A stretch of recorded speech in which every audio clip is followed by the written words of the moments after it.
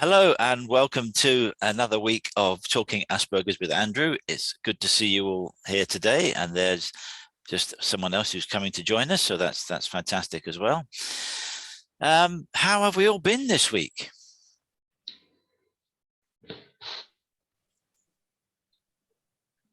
All good, thanks. You've been good, excellent. Hello, Laura, welcome. Hi, sorry for the delay. That's okay. That's okay. I've just said at the beginning there that other than welcome is that in recording the calls, I like to put it on my YouTube channel, which I hope everyone's okay with, because it can then help other people who watch it on YouTube and things like that. So if you're okay with that, then that'll be fine. And I'll give you the YouTube link at the end. And if I forget, someone will remind me. But today we're going to start with something that was quite a significant topic for me when I was at work. It's still a significant topic for me generally, but it's change management. Change, that horrible word. Change. I absolutely hate change. Unscheduled, unmanaged, change for the sake of change, I find incredibly annoying. And I got really stressed at work by people wanting to make change. So I'm going to ask the question is how does anyone else feel about change? What's your thoughts on change? You said change for the sake of change. That doesn't make any sense at all, but there are good reasons to change. You know, I'm very committed to continual improvement, and that can be part of a system. That can be systematic and with controls, and you need people to embrace the opportunity for change. I always think that when someone says, what if only, or because we've always done it that way, then there's an opportunity to make an improvement, and that's going to require a change. So I think it's necessary, but simply saying we've got to have constant change because that's the way of modern life doesn't make logical sense. No, I agree with you there, Chris. I understand that there is a need for change.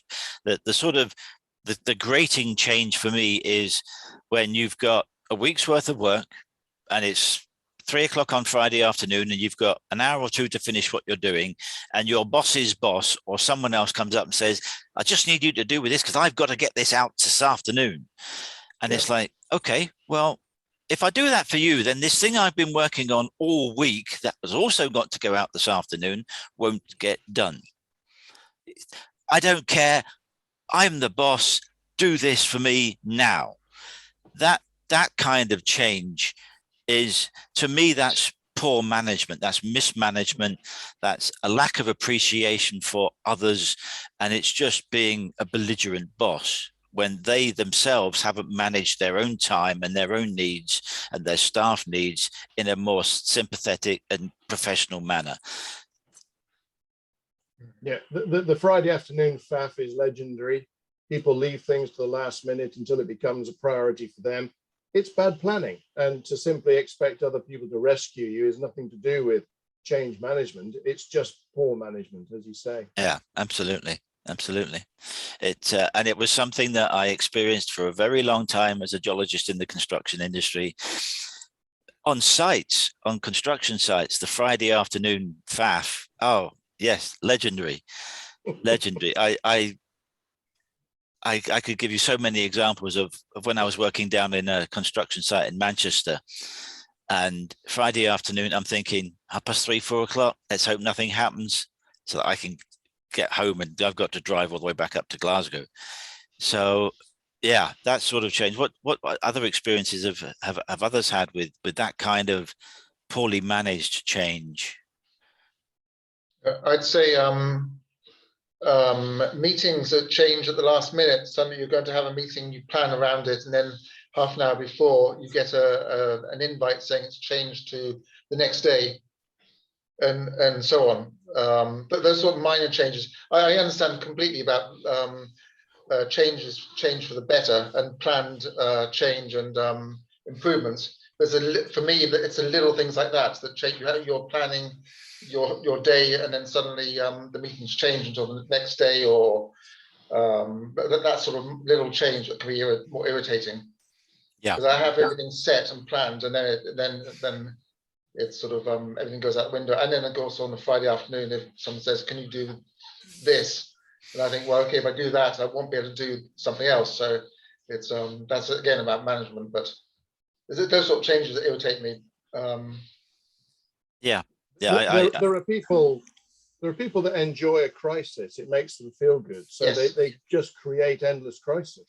Yes, there are, and they're Definitely. they're usually the ones. Laura, have you got anything you want to mention about that change and management? Well, I experienced that many times at work, for sure, before when I was working in the school. And yeah, what I don't like, as Damien said as well, is sudden change. If someone tells me like a few days before that, then it's fine. I can get used to it somehow. I can process it and get to it. But if I just know that last minute, then I'm not going to be happy about it. I'm not happy with that. Yeah.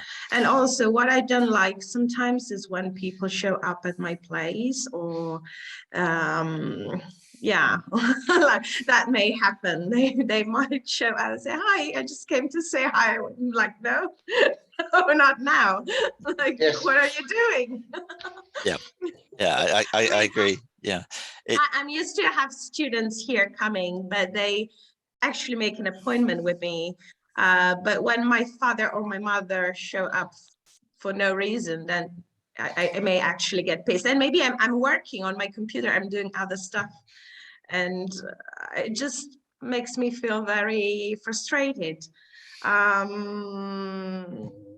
What did I want to say? I don't know if it happens to you as well, when something changes suddenly, you feel like someone is actually hurting you by doing that. Yeah. Yeah, Yes. that's how I feel. I know that when those things have happened, it actually puts me in a very unpleasant frame of mind, and I can get very agitated, very irate. I can get very short-tempered, and that can lead to me being what others might say, "Oh, you're being unreasonable, you're being aggressive," when really external person, external influence on my little environment, my little safety zone of I'm doing the work that you've asked me to do, so I'm being diligent about that, to suddenly have these, as we said, poorly managed crises, making you have to have a change. I mean, I'm all for, I mean, in my work, there was always the need to have change, but that was managed change. That was, we've got an issue with the site, we've got a problem, let's sit down, let's discuss the issues, and then move forward with an agreed procedure. So that to me is managed change, that's professional change. But this, someone just turning up at your desk saying, "I need you to do this now," that doesn't work for me. Do you think that makes you aware of your vulnerability in the position where you're in? Does it make you feel vulnerable? And it makes it, to me, it makes me feel very insecure, as well as agitated and angry. I feel very insecure that if I don't do it, then that person in responsibility, that manager or that director, is going to be unhappy with me when I haven't done anything wrong. You know, circumstances that have been surrounding them have caused them to need to come to me to sort something out. So having me be, I feel as though I'm at the blunt end, and if I don't do it, they're going to be unhappy. They'll say it to someone else in the company or in a different department. "Oh God, he's not done that again, and I only asked him to do something simple." And so that puts this perception that I'm not delivering when I was delivering what I was supposed to be doing. And that interesting tense, because that was then and this is now. Then you didn't know that you had Asperger's. No. Now you do. How do you change? How do you manage that change situation now? Have you changed the way that you manage yourself in that situation?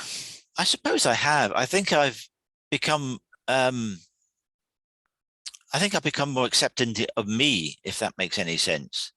In that, if it's change that I know about, I'm not. I'm very good at spontaneity, as long as I've had a week's notice. Aren't we all, dear? But I still struggle with, if it's change that I'm making because I'm doing something, I don't berate myself. But if it's this third party change that can be difficult when people change things because they haven't managed their time well, and I'm going to need to, instead of seeing you at 3 o'clock, I'll see you at 4 o'clock because I'm doing something else. That I still find that very grating. And what about everybody else? Damien, how do you manage that when you've calmed down about it, and sort of how do you? Yeah. On one side, people who I work with have got to know that, the receptionist, she knows that if someone turns up to see me and they haven't arranged to see me, she'll probably tell them that's a bad idea. Secondly,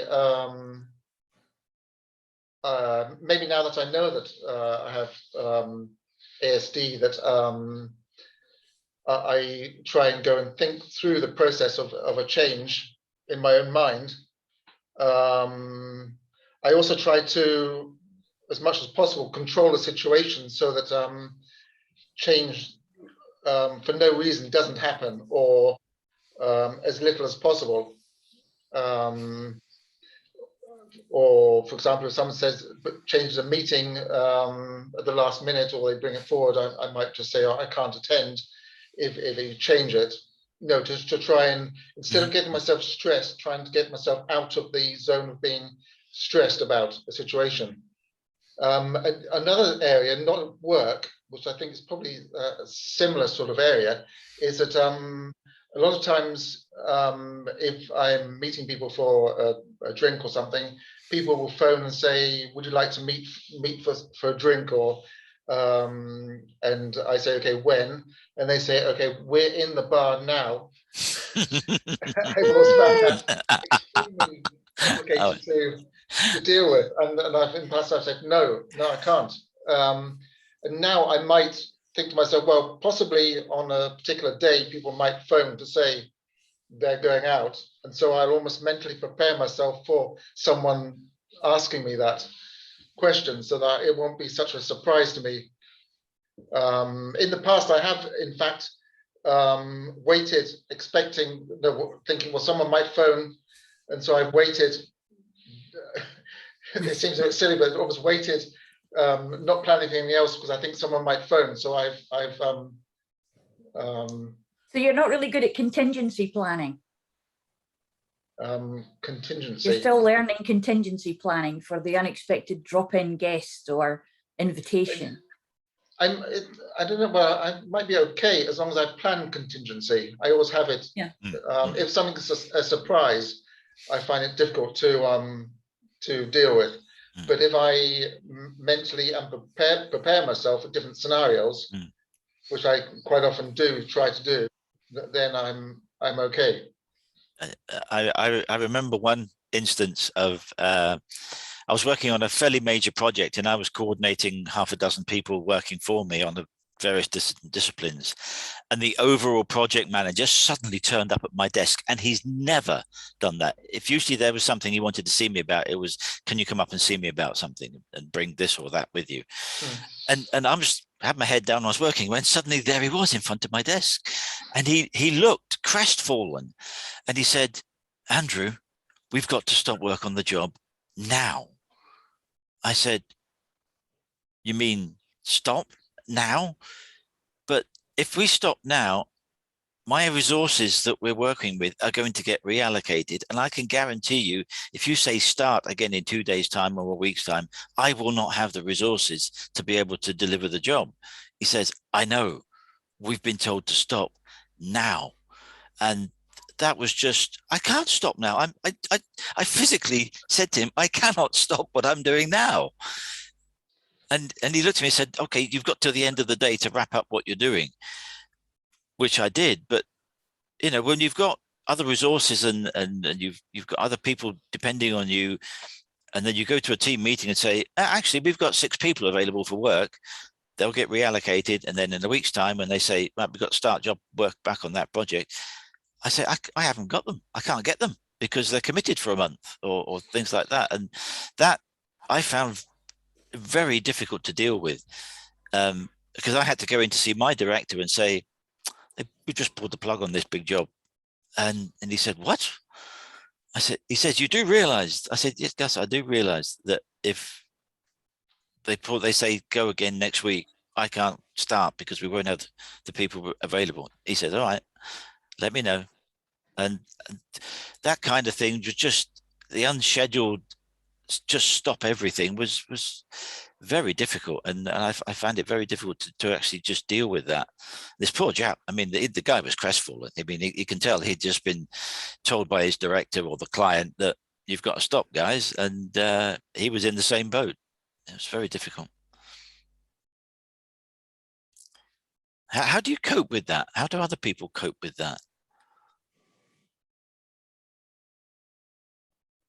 The only way that I ever, in my previous career, if we had to stop something, it was usually because we really did have to stop, because there was nothing else to be done. And being, in a situation where it's an animal's life that's at stake, it's very hard to stop something because you do get emotionally involved.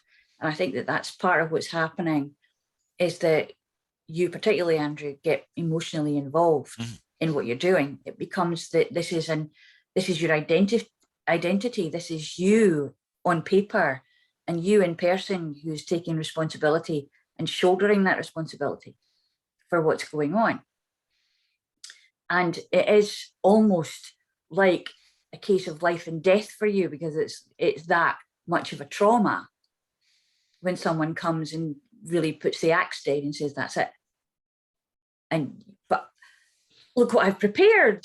We've got all this. And it would be me saying, okay, now I have to go and speak to the people and tell them what happened, and that, they don't have a dog or a cat anymore, or, and there's a child involved, and there's, and trying to talk to children is really, really not good for me. But it's one of those things that it had to be done. And that was a change that I really was uncomfortable with, because before I didn't have to deal with people who owned animals. I just had to deal with the animals. I didn't have to, there was a barrier between me and them. When that barrier came down, I was so out of my comfort zone, it was unbelievable. And there were certain things that, because people try to hug you in veterinary situations sometimes. And it's like, woo, no.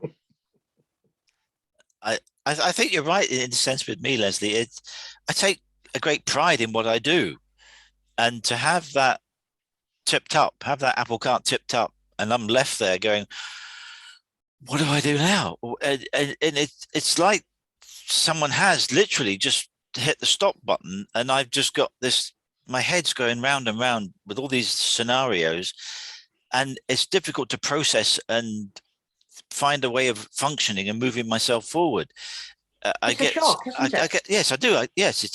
in a shock loop. Yeah, absolutely. Yeah. So Chris, what about you? Is that, you're nodding your head, is that similar to how you feel about it?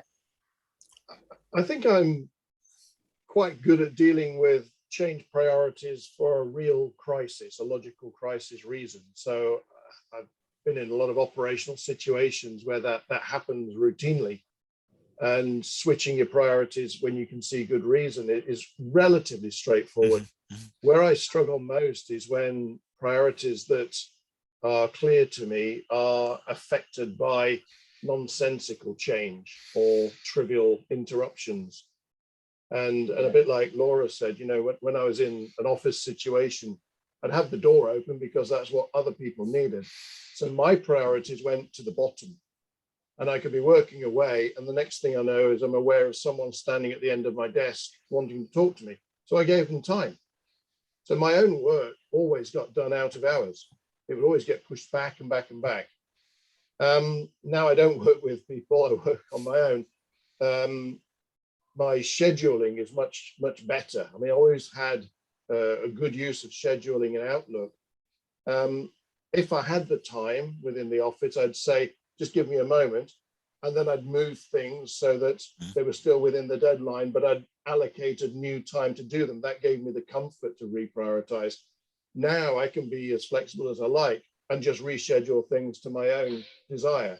So I think scheduling and giving yourself a block of time to do that tomorrow or the day after or next Tuesday, because it's got to be done by Wednesday, helps a lot to take the pain out of rescheduling priorities.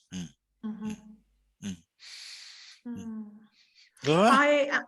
Yeah, no, I actually wanted to talk about a difference between teaching adults and teaching kids or teenagers, because that is where I got interrupted many times. Like when you teach kids or teenagers, you get interrupted all the time. It's not that I don't like them. I like them. They're very interesting.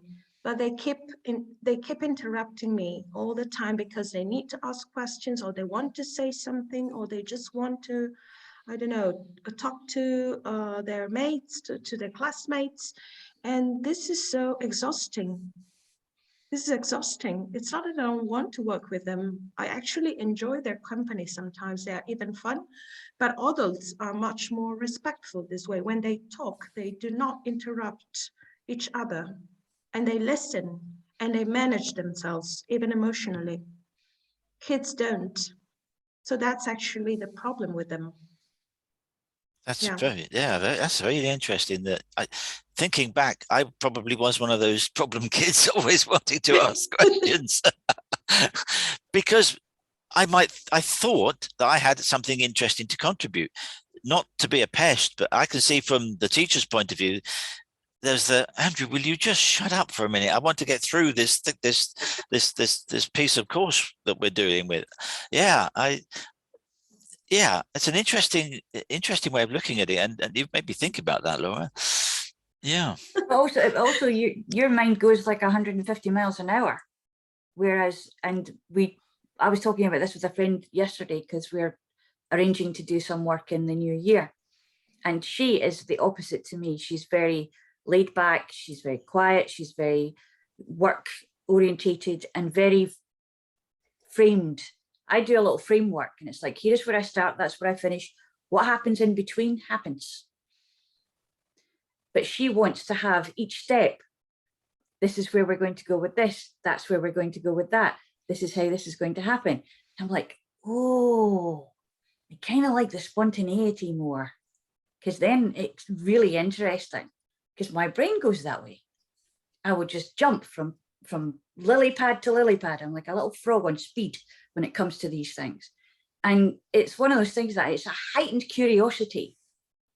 So it might well be that it's just a matter of training it, Laura, and actually saying to them, if you wait a minute, the answer will come to you.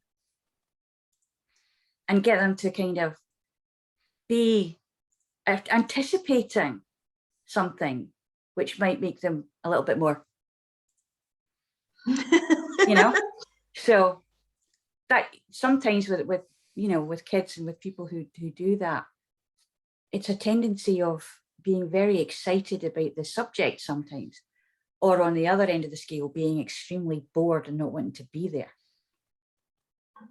You have to find out which one it is, and then, treat it accordingly and use the change situation to your advantage.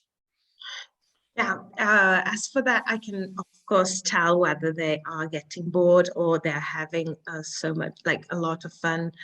With teenagers, actually, the first one may be more likely, right? They get bored. They need more, I don't know, something more exciting. With kids, normally, well, I teach them to follow me. I teach them to follow me. Because, okay, when I teach English to them, I use TPR, total physical response, which means I teach them without translating. I show them something and I say the word right there. It's a natural method, right? A natural way to teach a language. But at the very beginning, they don't know what they are doing. they don't understand what I'm doing with them. So that's the time when they keep interrupting. Okay.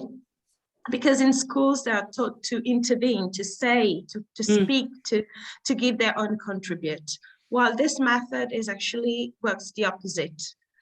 The students are supposed to follow the teacher. So once they get into the method, once they understand what they have to do, then everything goes smoothly. But they need a few sessions before they start and, you know, following me properly. So that's interesting, because from what Andrew was saying, he would need a few sessions before anybody could come and tell him to stop or to change something. Yeah, I would need to be trained and train the others so that we could understand how that worked together. And I was going to ask the question is how would you go about managing change? How would you go about managing change, Damien? Number one is to understand the logic of any change and the reasons for it. I can quickly catch up with change if I can see a logic. I think it's the same as what Chris said about illogical change or change for the sake of it is more difficult to, but I can change pretty quickly if I know there's a reason for something to happen. And then I'm not sure, coping with illogical change is more difficult. You have to sometimes try and control the situation. Maybe if someone's changing something that's illogical, or tell them, or get tell them that, for example, if someone comes to visit and it hasn't been arranged, I sometimes will say that I can't see them because I'm going into a meeting or I'm busy. And could you arrange something another time? Yeah, I think sometimes you have to stand your ground in a way with illogical change or things that when people try and control you or use your time, they don't understand your priorities. Yeah, I agree. One of the things that I think is a good way is for people on the spectrum is if someone wants to talk to you about something, then you should schedule a time in the day, say afternoon tea break, 3 o'clock, so that if someone wants to talk to you about what you're doing or an issue that they have, they know you're more prepared at afternoon tea break to come and have a conversation with them, rather than someone just standing in front of your desk saying, I need you to tell me about this now. So I would try and schedule so that the person on the spectrum has an understanding that at this moment in time, someone might come and ask you a question about what you're doing, so that you're more prepared for it, and you can then make a more reasoned response and a more reasoned emotional reaction to it. Yes. Yeah, we are on timer now with good old Zoom. So what I was going to tell you is the YouTube channel is now up with all the videos that we've had for the sessions, and I'm about to put in the chat the link to that. So if anyone wants to replay any of the sessions, then they're more than welcome to do that. So there's the link in the chat for anyone who wants to replay and comment on. If you want to subscribe, that would be great to have you on board. I was just wondering if there was anything else anyone wanted to mention about change, because it's quite a significant topic. Certainly it is for me. I think there's a great temptation to say no straight away. My mind runs straight away to the implications of change, the unforeseen outcomes, the unexpected consequences of change, and my mind seems to run so much faster than everyone else's in that way. It's not about being negative, but if you don't understand the reasons for change, and the person that's saying let's do this hasn't thought about those implications, then I feel I have a duty to tell them, and that can come across as negative. I agree with that. I've certainly been in situations where something has happened and there's been an issue with change, and I've got a million things going through my head, different scenarios, different outcomes. What if this? What if that? What if the other? And it's going through my head all the time. And I can come to an instant, yes, that's okay, or no, I don't like that because, and I can spiel out half a dozen reasons why I don't like that because, and people look at you and think, how did you think about that? How did you? And it's quite strange watching other people's reaction to when you've been put in a situation where the change has been forced on you and you immediately come out with reasons why it wouldn't necessarily be a good idea. And then, as you say, you're labeled as the negative person. Yeah, I completely get that. Yeah. Yeah. Anyone else have anything else they wanted to say? Otherwise, I'll wrap us up for the day. I can't believe that we've already had half an hour. I'm going to have a 2-week break for all of us over the festive season. So the next scheduled event is Wednesday, the 5th of January. But I will still post on this Friday coming what that topic of that event will be. And I'll post that on LinkedIn. Cool. So I'm going to hit the stop record button. And I hopefully do what I didn't do last week, because last week I actually hit end and I abruptly ended everyone when I meant to hit stop recording. So let's do that.